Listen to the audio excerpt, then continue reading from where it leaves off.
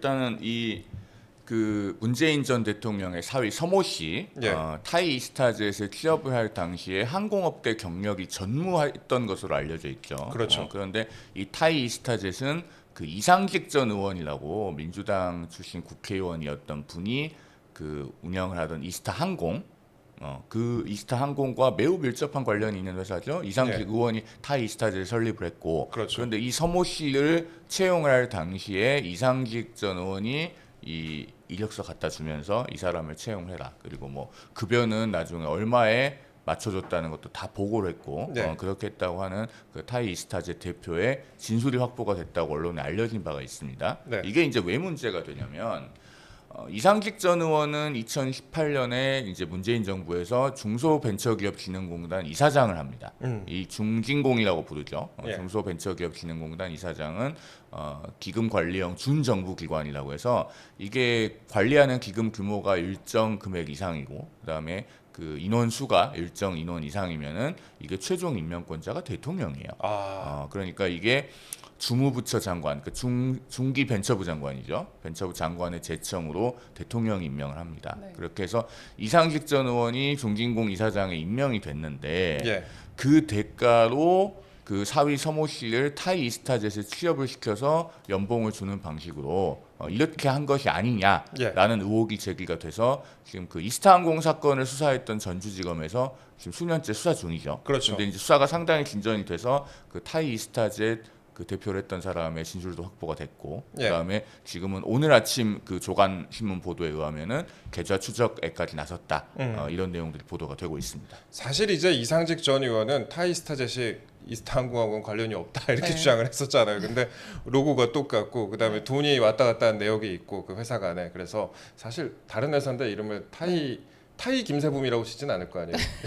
그러니까 네. 이게 지금 왜 이렇게 수사가 길어졌는지에 대해서 의문을 갖고 계시는 분들도 그렇죠. 많이 있을 예. 텐데 관련된 이상직 의원의 그 배임 사건 판결이 있었어요. 네. 재판을 받고 있었는데 그 1심에서 그 이상직 전 의원과 타이 스타젯의 관련성이 인정이 됐기 때문에 네. 그런 부분들은 어떻게 보면 검찰이 관련 재판에 좀 경과를 지켜보고 있었다 이렇게 해석할 여지도 있는 것 같습니다. 예, 알겠습니다. 그래도 지금이나마 이제 수사가 빨리 진행되고 있으니까 그래도 어느 정도 이제 결과물이 나오지 않을까 싶습니다. 이게 그 관련 부서에 검사 9명을 전원 투입시켰다고 하더라고요. 그래서 뭐 어느 정도는 이제 결과가 나오지 않을까 싶습니다. 그리고 저희가 이제 오늘 다뤄보려고 한 내용이 이 관련 그 타이 스타젯 관련 이제 뭐 계좌 추적 이런 부분도 있었지만 샤넬 재킷 의혹 관련해서 오늘 좀 자세히 한번 다뤄보려고 준비를 하고 있었습니다.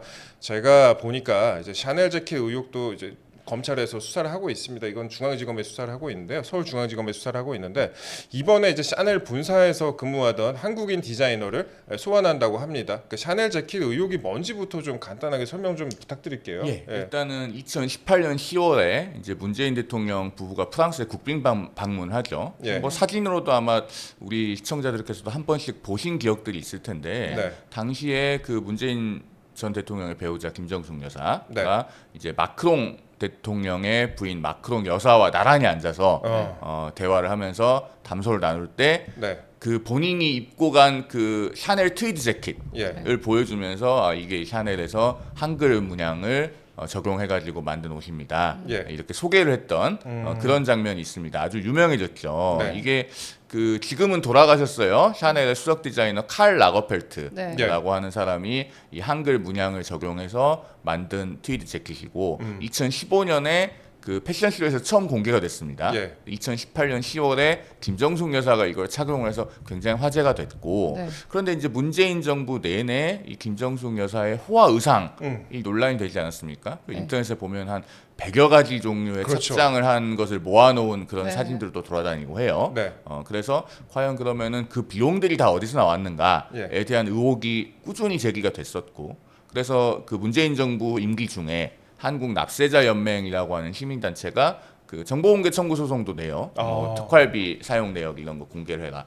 서울행정법원에서 1심 승소를 했는데 청와대가 당시 항소를 했고 2심에 가서는 패소를 합니다. 예. 왜? 그때 문재인 대통령 임기가 끝나서 대통령 기록물 관리법에 따라서 예. 대통령 기록물로 이관이 됐기 때문에 야. 그러면 이제는 정보공개 청구에 의해서 공개할 수 있는 대상은 아니잖아요. 네. 예, 그렇게 맞아요. 돼서 2심에서 패소로 결론이 뒤집어져서 지금까지도 이제 우리 국민들은 혹시 그 특활비가 김정숙 여사의 의상 비용으로 사용이 되지는 않았는가 네. 하는 의혹에 대해서 직접적으로 그 특활비 사용 내역을 확인하지 못한 상태죠. 그 기록물로 이관이 됐으면 이거 보려면 나중에 제가 한 8순쯤 돼야 볼 수 있는 거 아니에요, 그럼?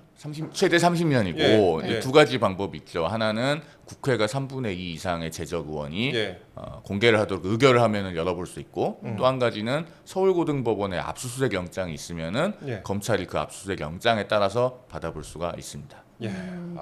그렇습니다. 예. 네, 그 문제의 재킷은 그 샤넬의 수석 디자이너가 직접 제작해서 그 말씀하신 대로 2015년에 패션쇼에서 선을 뵀는데 2018년 10월에 김 여사가 프랑스 순방 때 빌려서 착용해서 화제가 된 거잖아요. 빌려서. 네, 빌려서 당시 김정숙 여사가 프랑스 대통령 부인에게 이게 저희 나라 한글입니다 이렇게 얘기를 하기도 했습니다. 근데 3년 후인 2021년 9월에 주 프랑스 한국문화원의 행사에서 공개된 한글 재킷이 문양이나 사이즈가 다르다는 게 이 사건의 요지 아닙니까? 그러니까 이게요. 예. 그 똑같은 한글 재킷이 시가가 얼마냐라고 하면 이게 판매하는 옷은 아니기 때문에 정확하게 확인할 방법은 없어요. 예. 근데 이제 그 비슷한 종류의 샤넬 트위드 재킷은 국내 백화점 매장에서 사면은 한 1,000만 원 안팎 나간다고 알려져 있어요. 네. 예. 그러면 이제 그런 옷을 돈 주고 샀냐? 네. 그럼 뭐 사비로 샀냐? 아니면은 뭐 빌려서 입었다면 반납을 했냐? 네. 그럼 언제 반납했냐?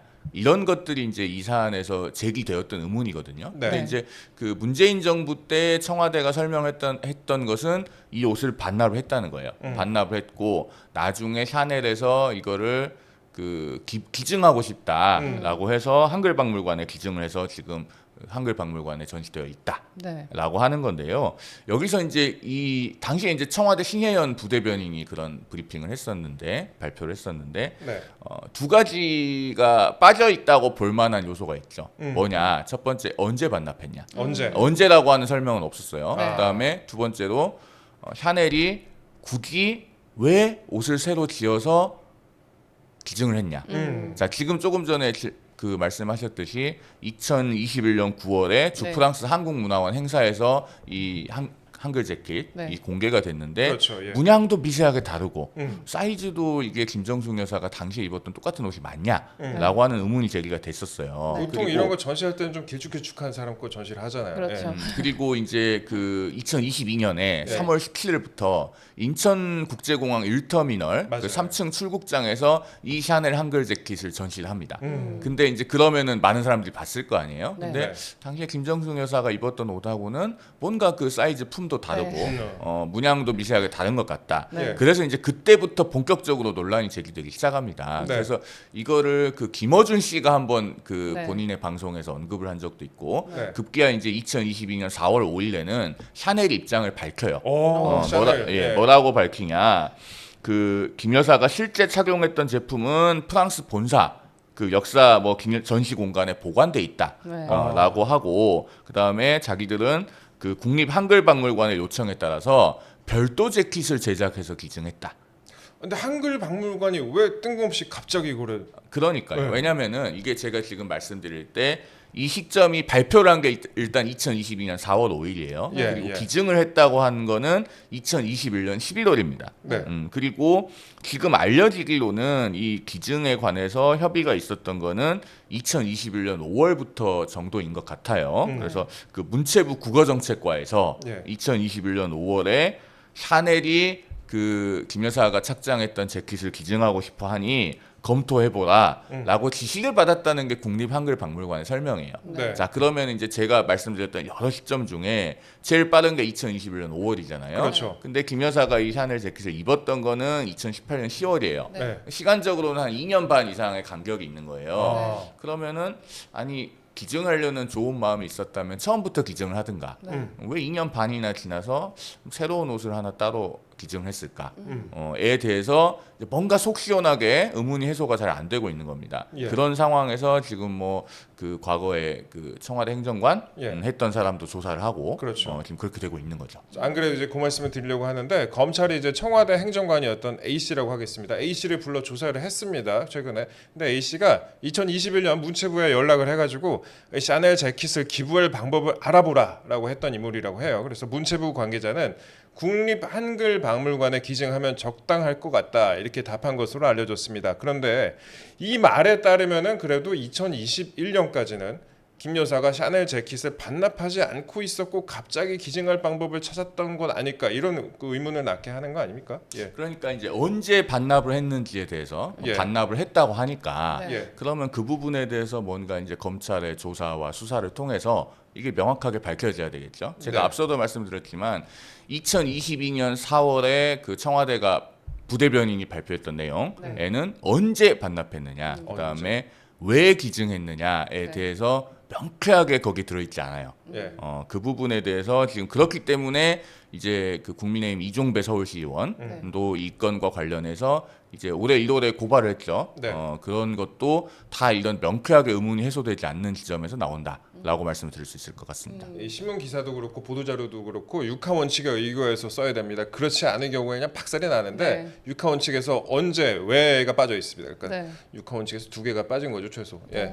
많이 빠졌는데. 많이 빠졌죠. 예. 변호사들은 이런 걸 네. 볼 때 특히나 이제 그 주일상 목행이라고 해서 우리가 예. 법률 문서 문장을 쓸 때는 이제 주어, 예. 그다음에 그 주체, 예. 시점, 그다음에 상대방, 예. 그다음에 이제 목적물, 행위 이런 것들을 순서대로 쓰는 훈련을 받아요. 음. 그렇기 때문에 읽다가 이게 시점이 빠져 있으면은 시점을 굳이 왜 뺐을까? 실수일까? 아니면은 이게 불리한 내용이기 때문에 쓰지 않는 걸까를 늘 그렇게 읽으면서 사는 게 법률가들이에요. 네. 그러다 보니까 언제 반납했는지가 빠져 있으면은 이걸 왜 안 썼지?라고 하는 의문을 가지는 게 자연스럽습니다.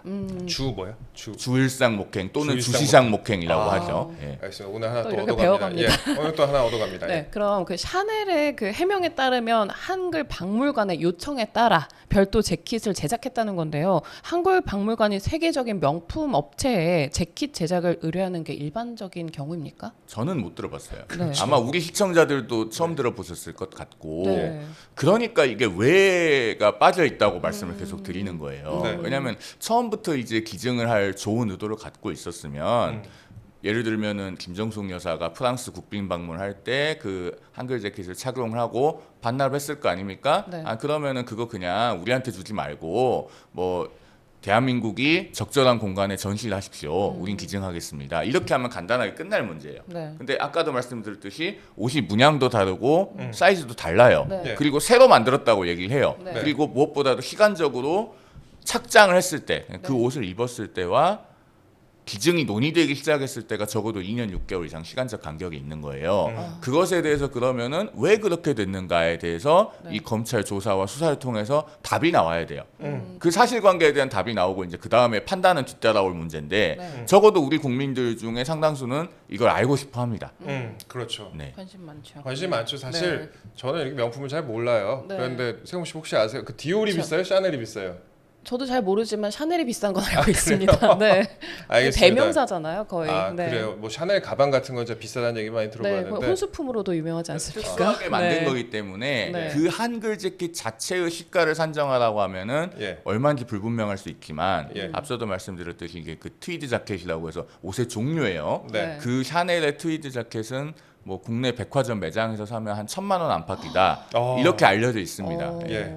아 비싸네요. 네, 훨씬 비싸네요, 디올보다. 알겠습니다. 네. 그 검찰이 현재까지 파악한 바에 따르면 근데 한글 박물관에 기증되거나 이 전시됐던 재킷, 그러니까 패션쇼에 또 나왔던 재킷은 그 김정숙 여사가 입었던 그 재킷과 다른 것으로 이제 확인이 됐다고 합니다. 그래서 검찰이 곧 소환한다는 이제 샤넬의 디자이너, 전 디자이너는 주 프랑스 한국문화원의 그 논란의 재킷 기증 의사를 또 통보한 인물이라고 합니다. 그렇게 얘기가 나왔는데 만일 청와대가 당시 문재인 청와대가 샤넬의 별도의 재킷 기증에 관여를 했다면 이것도 혹시 법적으로 문제가 될 수가 있을까요? 그러니까 뭐 이렇게 기증 안 하면은 예. 뭐 재미없다 이런 식으로 불이익을 고지하면서 예. 일종의 해악의 고지를 하면서 이거를 기증하도록 압박을 했다면은 법적으로 문제가 되겠죠. 예. 근데 우리가 통상적으로 관에서 할 때 그렇게 하지는 않죠. 혹시 그렇죠. 뭐 기증할 의사가 있습니까?라고 물어본다거나 네. 뭐 협조 요청을 하는 식으로 뭐 네. 그렇게 뭔가 온건한 방법으로 했을 것 같은데 그러면 이게 법적으로 문제되는지는 사실은 되게 미묘할 거예요. 아마